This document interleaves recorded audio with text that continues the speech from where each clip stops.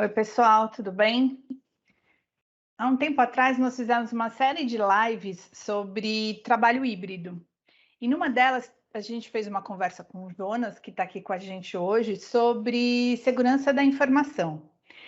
E dentro de segurança da informação, sobre ataques, hackers, essas palavrinhas, como ele mesmo diz, mágicas. Essa conversa gerou tantas dúvidas e tantas questões para a gente que a gente resolveu fazer um spin-off e fazer uma série de conversas só sobre esse tema. E hoje a gente vai começar, então, falando sobre ataque, o que causa bastante pânico e dúvida na maioria de nós que somos usuários hoje em dia de qualquer sistema ou rede. Então, Jonas, obrigado de você estar aqui de novo. Acho que a galera já sabe, né, que você é sócio-diretor da TS e tem anos de experiência nesse assunto, em segurança da informação. E eu gostaria de te perguntar hoje, então, se você pode nomear para a gente e explicar todas essas definições. Então, o que é hacker? O que é cybercrime? O que é deep web? O que a gente faz com tudo isso? Então, assim, contar mesmo uma história para a gente de como é esse mundo de invasões. Legal, Simone. Bom, é prazer estar aqui. Vamos falar. Vamos falar sobre as palavrinhas mágicas, né? Que nem você falou.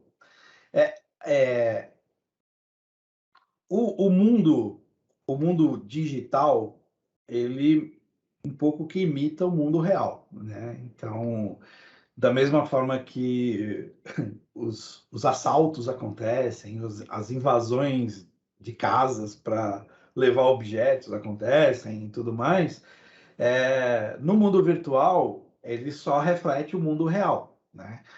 Então, existem algumas palavras mágicas, né, que eu estava falando na outra conversa que a gente teve, e se a gente aplicar essas palavras mágicas no mundo real, ou seja, no mundo físico, né, o mundo real é meio no mundo físico, elas são muito parecidas com o mundo virtual, né? Então, a primeira palavra mágica, né, a primeira palavra na questão da segurança da informação é vulnerabilidade, né? O que é uma vulnerabilidade? No nosso mundo hoje, virtual, vulnerabilidade, eu vou dar um exemplo bem simples. Vulnerabilidade é uma senha fraca, por exemplo. Então, quando você tem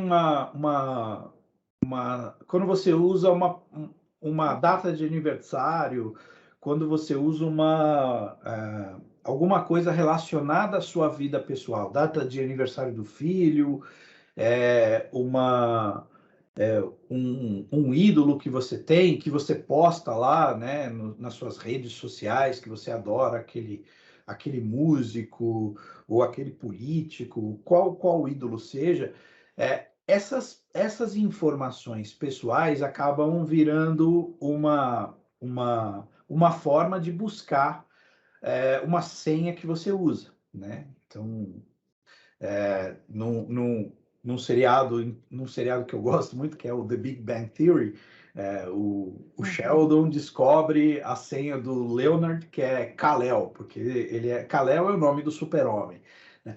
Então, esse tipo de coisa, você ter vulnerabilidade é isso. Então, é você usar uma senha fraca, por exemplo, é uma vulnerabilidade. Isso é um ponto fraco. Na nossa casa, no mundo real, por exemplo, é você deixar sua porta aberta, né, de casa. Você tem lá uma vulnerabilidade, você não tranca a sua porta. Aquilo é uma vulnerabilidade, né? Se vai acontecer alguma coisa ou não, a mesma coisa da senha. Você pode acontecer ou não alguma coisa com aquela vulnerabilidade que você tem, tá? Uma outra palavra mágica nesse mundo de segurança de informação é ameaça. Então, ameaça é o seguinte: existem hackers dispostos a explorar a vulnerabilidade. Então, assim, existe a vulnerabilidade que ela, sem uma ameaça, ela não tem nenhum problema. Ela é uma vulnerabilidade, de fato, mas sem uma ameaça, ela não tem nenhum problema. Ela vive bem, né? Então, se você deixar a sua porta aberta, se não há naquele seu bairro ninguém disposto a entrar na sua casa, essa vulnerabilidade, que ela é fato, ela é real, ela não tem nenhum problema porque não existe uma pessoa que está disponível, que está disposta a entrar na sua casa. A mesma coisa no mundo virtual. A ameaça é quando existem pessoas interessadas, dispostas a usar aquela vulnerabilidade para cometer, aí vamos para outra palavra mágica, um ataque. Então, quando existe a vulnerabilidade e existe alguém disposto a explorar aquela vulnerabilidade, que seria um hacker ou um ladrão do seu bairro, uma pessoa do seu bairro, para entrar na sua casa. Aí ele fala, opa, tem aqui uma oportunidade para eu fazer um ataque. Ataque é uma ação deliberada. A pessoa tem a intenção de usar aquela vulnerabilidade para pegar alguma coisa tua. No nosso mundo físico, a pessoa está disposta a fazer isso, descobriu a vulnerabilidade, que é a sua porta aberta, entrou na sua casa, pegou alguma coisa e levou. Uhum. É a mesma coisa. Ela fez o quê? Ela fez um ataque. A gente chama de roubo. No mundo da cibersegurança é um ataque. Então a pessoa entrou lá, pegou e levou. Ela levou o quê de você? Ela levou o que, uma outra palavra no mundo da cibersegurança, ela levou um ativo. Ela levou alguma coisa que tenha valor. Então ela levou um ativo teu. Então essas palavras, vulnerabilidade, ameaça, ataque e ativo, são palavras do mundo de segurança da informação, tá? E aí, a gente, nessas variáveis que eu coloquei, né, nessas palavras que eu coloquei, existe uma última que chama o risco, né, que é o risco disso acontecer. Então, você deixar a sua porta aberta, qual é o risco de alguém entrar? Ele é alto, ele é baixo? Então, essa medida é que a gente tem que fazer na hora em que a gente faz uma implementação de segurança da informação. Então, o risco é importante se medir. E o impacto. Então, se alguém entrar na sua casa e levar uma caneta, é diferente de alguém entrar na sua casa e levar uma TV, né? Uhum. Então, é a mesma coisa no mundo virtual. Se alguém entrar simplesmente para olhar o que você tem, mas ir embora e sem levar nada, ou simplesmente pegar umas fotos tuas e levar, ou pegar dados da empresa, que são dados sensíveis, e levar da sua operação, ou invadir e fazer um ataque do tipo ransomware, por exemplo, que é criptografar todos os seus dados e pedir um resgate sobre aqueles dados. Então, existem... o hacker, na verdade, ele é um criminoso. Existem, claro, os hackers de bem, né? São aqueles que falam... É aquele cara que no seu bairro vai chegar para você, entrar na sua casa e mandar uma cartinha para você. Ó, na sua casa tem uma TV, um iPod, um iPad, um não sei o quê. Ó, você deixou a sua porta aberta e tem isso aqui lá dentro da sua casa. Eu não levei nada, mas tem lá, então fecha a sua porta. Então esse é o hacker do bem, né? E até por incrível que pareça, isso existe no mundo virtual. Mas a maioria são ataques assim como no mundo físico, para ter vantagem normalmente financeira, no mundo virtual é do mesmo jeito. Ele quer ter uma vantagem financeira sobre aqueles dados que ele tomou de você, lá naqueles ativos, né, que ele tomou de você do seu mundo virtual. Tá? E normalmente esse mundo virtual que você usa é um mundo virtual onde você faz as operações da sua empresa.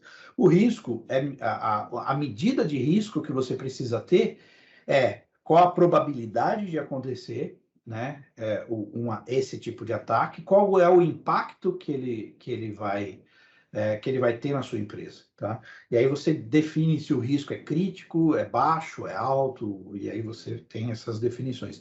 Então, assim, só dando uma consolidada nas palavrinhas, então a gente tem vulnerabilidade, ameaça, ataque, ativo e risco. Então, esse é o conjunto que forma a questão da segurança da informação, tá? E assim, onde, por exemplo, existem, né, onde vivem e o que comem esses caras chamados hackers, né? Onde eles habitam, né? Na verdade é o seguinte, Quem são? existe um mundo virtual Nós enxergamos o mundo virtual através de uma ferramenta, de algumas ferramentas, né?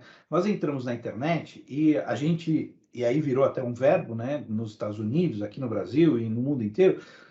Aqui no Brasil a gente fala dar um Google. Dá um Google aí que você descobre tal coisa, tá? O Google, o Google é uma ferramenta que ele vai buscar informações indexadas, né? Informações que estão no mundo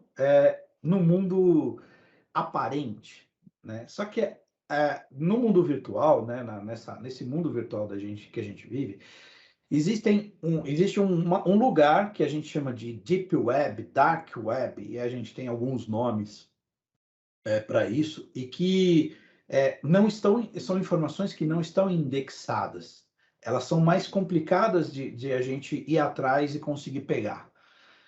Essas informações, e aí, assim, como isso está no mundo, normalmente tem um desenho muito interessante sobre isso, que é assim, é um iceberg, né? A parte de baixo do iceberg, ela é muito maior do que aquilo que aparece depois, né, na parte, na superfície do mar, né?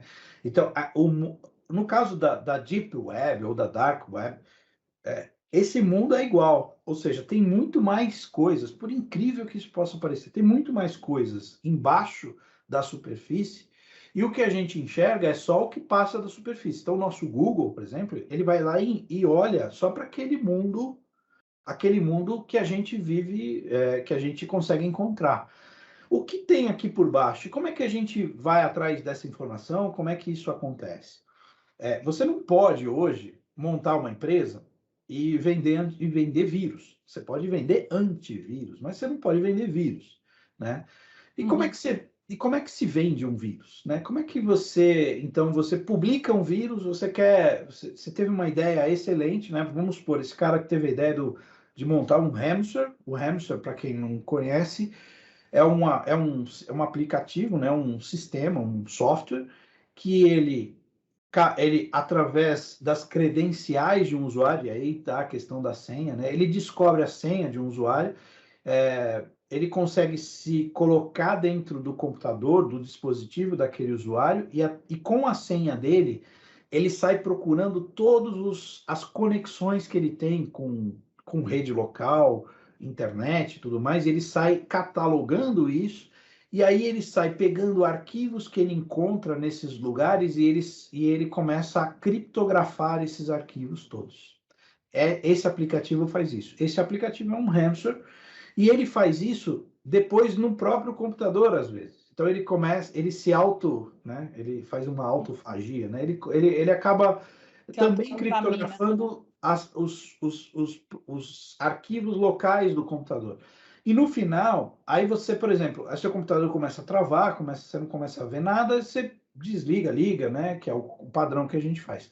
Quando ele volta à vida, quando o seu computador volta à vida, aparece uma mensagem para você pedindo um resgate sobre aqueles dados. Olha, seus dados foram sequestrados. Na verdade, o que aconteceu foi que eles foram criptografados. E para você tê-los de volta, você precisa pagar tanto em Bitcoin para mim e tudo mais. É interessante o seguinte, a forma de pagar essas coisas.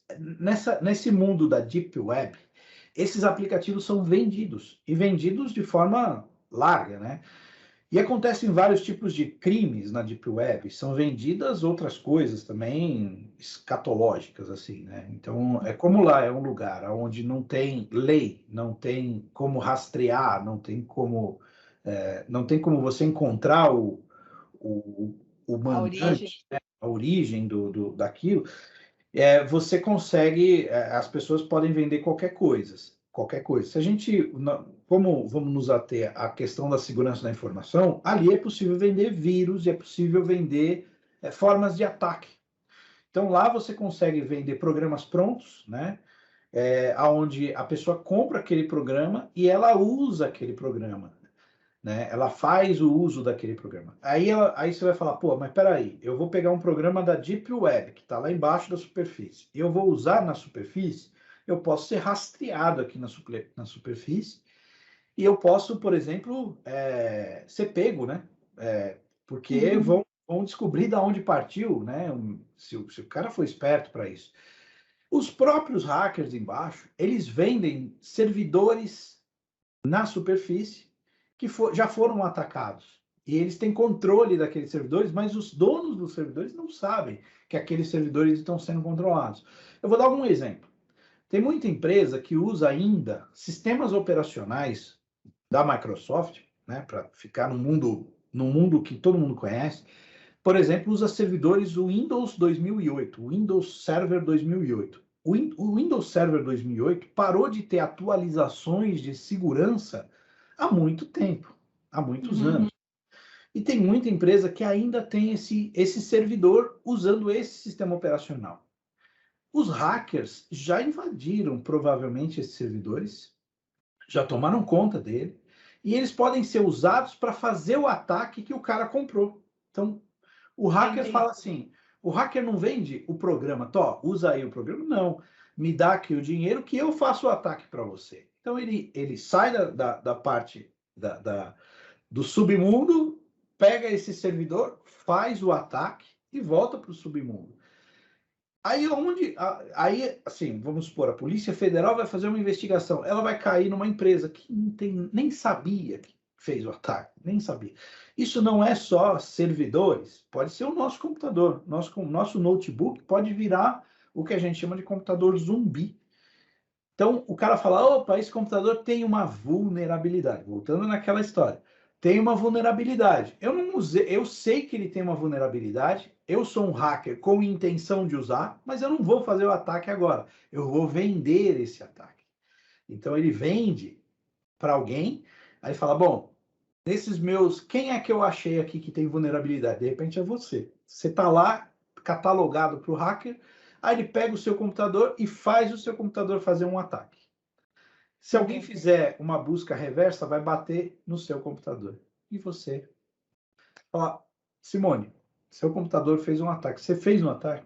Você não tem nem conhecimento, nem intenção, nem nada, mas você é uma área vulnerável para fazer um ataque. Pode ser ataque de vários tipos. Por exemplo, pode ser o ataque ao Ministério da Saúde, que aconteceu há pouco tempo. Então, assim, provavelmente, assim, a Polícia Federal, por exemplo, no Brasil, está investigando e eu acho que vai ficar investigando muito tempo e talvez nunca encontre. Como é que os hackers conseguem fazer os ataques e nunca serem encontrados? E os hackers fazem disputas, né? Criou-se tribos de hackers e eles disputam entre eles os melhores ataques. Como é que eles fazem esses ataques e eles nunca são encontrados? Como isso é uma coisa muito complexa para explicar tecnicamente, alegoricamente é isso. Você pega uma máquina que tem uma vulnerabilidade, você deixa ela lá catalogada, de vez em quando você pinga lá, a gente fala esse termo de pingar, né? Eu vou lá, olho, ainda tá. Então isso aqui, deixa ela guardadinha aqui que eu vou usar ela um dia para fazer um ataque que alguém comprar. Alguém compra esse ataque, vai na sua máquina e fala assim, ó, você vai entregar para mim, para o fulano de tal, vai tentar fazer um ataque para o fulano de tal em determinados lugares e você vai usar essa máquina.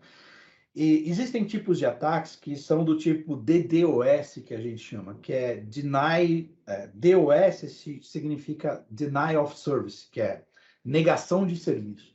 Então, o próprios sites do governo já sofreram várias vezes esse tipo de ataque. Então, como tem muitas máquinas zumbis pelo mundo, e tem, porque as pessoas não se preocupam em nem colocar antivírus na própria máquina, elas viram máquinas zumbis, elas conectam na internet e fazem um ataque concentrado em um determinado site. Então, vamos supor, um site, um servidor pode ter no máximo, sei lá, 100 mil conexões. Se 100 mil pessoas usarem aquele site, só isso, usarem aquele site por baixo, já tira do ar o site. E às vezes o fato de tirar do ar é o que o atacante quer, né? O hacker quer, ou a pessoa que tem a intenção de tirar do ar quer. Isso vai inviabilizar aquele tipo de serviço, vai baixar aquele tipo de serviço, que é a intenção de quem comprou aquele tipo de ataque. Então, assim, no mundo virtual, assim, existem, claro, outras questões mais complexas, mas trazendo para o mundo simples, você comparando com o mundo simples, é aquilo que eu falei. Existe a vulnerabilidade, existe a ameaça, que é o ladrão, que é o hacker, né? Existe o ataque. O ataque é quando ele deliberadamente faz o ataque. A vulnerabilidade é que é o problema. E hoje existem milhões, eu diria bilhões de dispositivos, computadores, celulares, tablets, vulneráveis e que já estão provavelmente catalogados nesse mundo hacker, que é uma galera que conhece muito de tecnologia, obviamente, né? São conhecedores absurdos de tecnologia. E normalmente esses grupos de hacker, eles funcionam como uma organização. Existe aquele cara que é o programador, existe aquele gerente dos programadores, existe a área comercial, porque precisa cobrar de quem vai pagar. Então, existem as mulas. As mulas funcionam igual os traficantes de droga, né? Que é a ponta. Que, para não comprometer o traficante, eles usam as pessoas para entregar e receber dinheiro. Eles contratam pessoas no mundo real, né? Eu vou dizer mundo real, não, na superfície, não no submundo. Eles contratam pessoas aqui e pagam para essas pessoas irem receber em dólar, em dinheiro e depositar numa conta fake que é aberta e fechada, né? Uma conta num banco virtual ou numa plataforma virtual, que recebe o dinheiro, pega o dinheiro, fecha a conta. E então o dinheiro fica sem rastreabilidade. Isso quando não recebem Bitcoin. Então, existem também, existe uma infinidade de formas de você receber dinheiro, né, receber valor por aquele serviço hacker, né, por aquele ataque, de várias maneiras. E aí, voltando um pouquinho, então, essas tribos de hackers, esses grupos de hackers, eles têm uma organização, eles têm uma hierarquia interna, onde eles trabalham de forma organizada para fazer isso. Não é só um menino lá de 18 anos, cheio de espinha na cara, que fica o tempo todo no quarto desenhando esses... Não, isso não existe mais. Na Deep São Web, profissionais. são profissionais organizados, são muito bem organizados. Eles criam sites, né, lá na Deep Web, não são bem sites, né? Quando a gente fala site, a gente imagina uma coisa bem bonita, né, com aquelas coisinhas que a gente vai clicando. Não, lá tem tanto FTP, né, que é uma forma de transferência de arquivo, como aquelas tela preta que você só digita coisas e vai aparecendo ali. Então são coisas, são difíceis de chegar, né? Eles têm vários indexadores. Existe uma ferramenta chamada Tor, né? T-O-R, que é uma ferramenta que navega nessa Deep Web. Ela é uma ferramenta gratuita que é como se fosse o seu Chrome, o seu Internet Explorer e Mozilla. Ou seja, é uma ferramenta que só navega ali. Só que você precisa ter um determinado conhecimento ali para navegar. Existem todos os cuidados para que essas pessoas fiquem totalmente anônimas dentro lá da Deep Web, mas isso acontece. Então, assim, num conceito geral, né, é isso. Essa é a forma Como funciona? desses hackers, né, venderem o trabalho deles. E eles ganham dinheiro, muito dinheiro com isso. Então, existe muito dinheiro circulando no submundo, que é essa Deep Web. O Gardner Group colocou, né, como um dos 20 maiores problemas mundiais nos próximos anos, Sim. que os hackers, tanto para as empresas como para as pessoas, né? Sim, você me deixou muito tranquila, vou conseguir ficar bem esses dias. Mas a gente vai continuar, eu acho que esse assunto. Então, hoje a nossa intenção era essa, né? Você mostrar e explicar para a gente como funciona, mas numa próxima oportunidade, tenho certeza que deve ter algum jeitinho da gente se proteger contra isso, né? Sim. Então tá bom. Então era isso. Obrigado. Vamos continuar observando e aí a gente te chama de novo para falar sobre isso. Ok, Simone, obrigado. Obrigado pelo convite. Até a próxima, então. Até.